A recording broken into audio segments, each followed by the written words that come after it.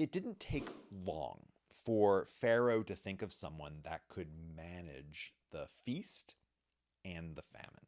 So Pharaoh said to Joseph, "Given that God has let you know all of this, there is no one smart and discerning like you. You will be in charge of my household, and to your bidding all my people will acquiesce."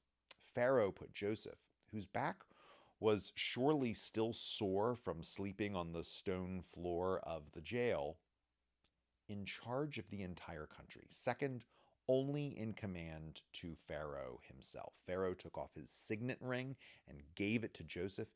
He had fine robes brought in and put on him. He gave him a grand chariot, and whenever his chariot passed by people, people would call out, "Bow down," and people would bow down before him. So to recap quickly, Joseph was his father's favorite son.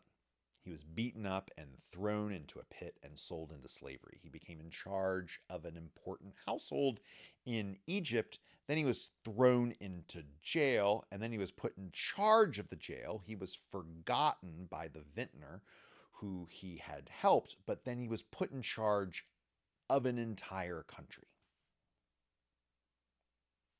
Do you see the movement here? He keeps getting raises. He keeps getting lifted up. He becomes the favorite son, put in charge of a household, put in charge of a jail, and then put in charge of an entire country. But not without those moments when he is humbled, thrown in a pit, sold into slavery, thrown into jail, and forgotten. I would suggest that this is a familiar movement throughout the whole Bible. There's no life east of Eden without an expulsion from Eden. There's no rainbow without a flood. There's no exodus without an enslavement. There's no return from exile without an exile. There's no resurrection without death on the cross.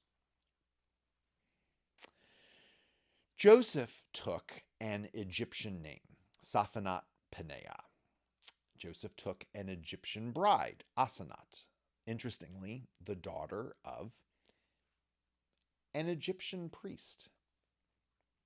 Isn't that a fascinating little detail? He marries into a family that is deeply embedded in the Egyptian pagan cult. It reminds me of Moses marrying Zipporah, who was the daughter of the pagan priest of Midian.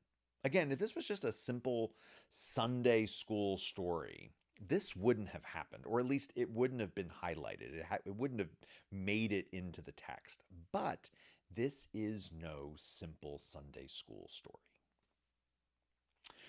Joseph expertly managed the years of plenty, laying up piles and piles and piles of food as the land produced abundantly. Joseph laid up the grain like the sand of the sea in vast quantities until he left off from counting because counting was impossible. On the 7th year of plenty, Joseph and Asenat had their own plenty. They had 2 children, Manasseh and Ephraim. These names will become important, especially in the later political life of Israel and Judah. While the southern kingdom that housed Jerusalem and the temple would be called Judah, the northern kingdom would go by many names: Samaria, Israel, and Ephraim. The book of Genesis presents this famine as a global event. The famine struck the entire world, and no other nation in the world apparently had a Joseph. No other nation took it upon themselves to store up the overflow food in the years of plenty to feed themselves in other times of need. And so the whole world turned to Egypt to feed them. So Joseph gets one more exaltation here. He's the one who doesn't just save one nation, but he's the one who, with the help of God, saves the world from starvation, or at least the Mediterranean world from starvation. And I think this is most important, Egypt doesn't become the world's food pantry, handing out sacks of food to the hungry masses. Joseph and Pharaoh aren't running a charity. They sell their food. They don't just provide food to those in need and then keep their own nation's populace from starvation. With the laws of supply and demand, they own the entire supply, and demand is through the roof. Which means Joseph and God are responsible for an astounding windfall in Egypt's favor. And remember, it's not long after Joseph that the Israelites will become enslaved by a new Pharaoh.